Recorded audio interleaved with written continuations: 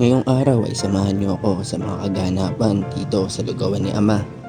Araw ng linggo ngayon at ina-expect ko talaga maraming kakain. Kaya naman sinet up ko na ang dining area natin sa labas. Dahil anytime baka may customer na pumunta para kumain o bumili. Pero napapansin ko talaga kapag Sunday, mga 6 AM na dumarating ang mga customers natin. Dahil siguro sinusulit nila ang day off nila. Itong araw lang din naman talaga ang inaantay nila para makabawi ng tulog at pahinga. Kaya saludo ko sa mga empleyado natin na nagtatrabaho man mapaaraw man o gabi. Pero lagi mo tong tatandaan, matuto tayong magpahinga. Wala naman masama sa pagiging workaholic, pero siguraduhin natin na hindi natin napapabayaan ang ating mga sarili. Matuto tayong balansehin ang buhay at ang trabaho. Magpahinga kung pagod na, pero wag nating susukuan ang ating mga pangarap. Isipin na lang natin kung bakit tayo nagsimula. Dahil balang araw ay pasasalamatan mo rin ang sarili mo kung bakit hindi ka sumuko.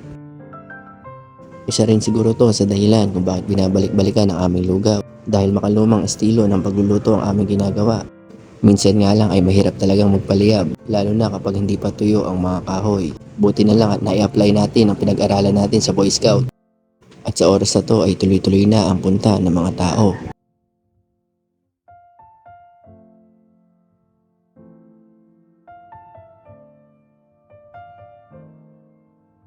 Nakakatuwa lang dahil binabalik-balikan talaga nila ang lugawan ni Ama.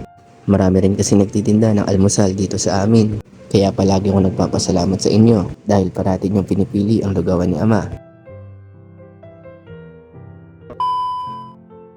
Taste beyond ordinary with Eman's Premium Sweet and Spicy Bagoong Shrimp Paste.